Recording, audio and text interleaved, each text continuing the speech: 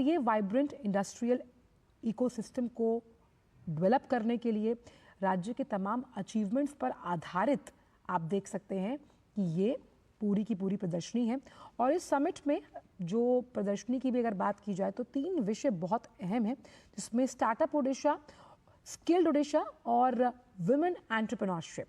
आप इन तीनों को एक सूत्र में पिरोते हुए जब देखते हैं तो इसके इर्द गिर्द निवेश का ताना बाना बुनता हुआ नजर आता है। क्योंकि जब हम स्टार्टअप में ओडिशा की बात कर रहे हैं तो कैसे अलग अलग सेक्टर से स्टार्टअप निकलकर सामने आ रहे हैं जो नवाचार और टेक्नोलॉजी और आर्टिफिशियल इंटेलिजेंस से जुड़े हुए हैं। जब हम स्किल्ड ओडिशा की बात करते हैं तो कैसे हर हाथ को हुनर यानी कि प्रशिक्षण किसी भी सेक्टर को आगे ले जाने की धुरी माना जाता है, क्योंकि इसीलिए माना गया है कि जब आप प्रशिक्षित हैं किसी क्षेत्र में तो स्किल्ड वर्कफोर्स लेबर हर एक देश की पहचान है और हर एक देश की ज़रूरत भी। और उसी लिहाज से तीसरा जो अहम विषय है वो है वुमेन एंटरप्रेन्योरशिप, क्योंकि प्रधानमंत्री हमेशा से कहते आए हैं कि आर्थिक प्रगति को और गति देने के लिए महिला उन्मुखी विकास यानी विमेन लेड डेवलपमेंट पर हमें जोर देना है। और कैसे विमेन लेड डेवलपमेंट को जब एंटरप्रेन्योरशिप का सहारा मिलता है, जब महिलाएं अपने आप आर्थिक तौर पर सशक्त होती हैं। तो आप अलग अलग स्टॉल्स यहाँ पर इन तस्वीरों के माध्यम से देख पा रहे हैं कि कैसे जो अलग अलग सेक्टर्स हैं उसमें निवेश किया गया और वो जो निवेश है वो कैसे ओडिशा को एक नए लेवल पर लेकर जाएगा, जिसका मकसद साफ तौर पर ओडिशा को ग्लोबल इन्वेस्टमेंट हब के तौर पर स्थापित करना है। और ये कॉन्क्लेव क्योंकि 2 दिनों तक चलने वाला है, कई ऐसी पॉलिसीज़ हैं जिन पर डिस्कशंस होने हैं, राउंड टेबल कॉन्फ्रेंसेस हैं, साथ ही साथ रीजनल सेशंस होंगे। B2B मीटिंग्स यानी बिजनेस टू बिजनेस मीटिंग्स बहुत इंपॉर्टेंट होती हैं इस तरह के कॉन्क्लेव्स में। हमने ऐसा ही जो वाइब्रेंट कॉन्क्लेव है वो उत्तर प्रदेश के लिहाज से देखा और कई हज़ार करोड़ रुपए का निवेश उत्तर प्रदेश में आया। वाइब्रेंट गुजरात को भी हम नहीं भूल सकते।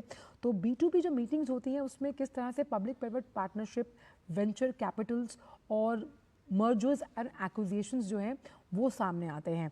और इस लिहाज से स्टार्टअप्स और एंटरप्रेन्योरशिप को बढ़ावा मिलता है। और ये बात अपने आप में इसलिए भी ज़रूरी है क्योंकि जब सस्टेनेबल डेवलपमेंट की बात प्रधानमंत्री कहते हैं और करते हैं, उसमें ये भी हमें समझना होगा कि आप जितनी भी प्रगति करते जा रहे हैं औद्योगिक स्तर पर, लेकिन माँ प्रकृति को भी आपको उसके बदले कुछ देना होगा। इसका भी हम एक प्रतिबिंब यहाँ पर देखेंगे। और इस समिट में अगर हम देखें तो नेशनल इंटरनेशनल कई इंडस्ट्री के लीडर्स, स्टार्टअप एंटरप्रेन्योर्स और उद्योग जगत से जुड़े तमाम हितधारक हैं अंडर वन रूफ, उनको एक प्लेटफॉर्म दिया गया और वो आपको यहाँ सब मिलेंगे। और क्योंकि ये समिट भुवनेश्वर में हो रहा है, आपको अलग अलग देशों से आए हुए प्रतिनिधि भी यहाँ मिलेंगे, क्योंकि बहुत से ऐसे अहम मॉडल्स हैं जो भारत एशिया युग में हमारे सामने लेकर आया और हम दूसरों के लिए प्रेरणा स्रोत हो सकते हैं। जिसका एक एग्जाम्पल है डिजिटल पब्लिक इंफ्रास्ट्रक्चर, पेमेंट से जुड़ा हुआ DPI, जिसमें हम UPI की बात करते हैं। As is the traditional practice, may I now request Honorable Chief Minister of Odisha, Shri Mohan Charan Majhi, to welcome and felicitate Honorable Prime Minister Shri Narendra Modi ji by presenting a memento.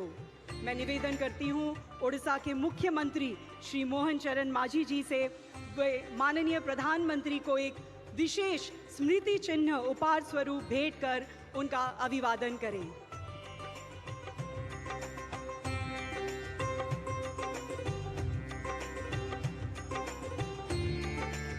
Given our Honorable Prime Minister's faith in Lord Jagannath, we are gifting him a silver filigree model of the chariot of Lord Jagannath, which symbolizes progress and prosperity. So on that note, Jai Jagannath.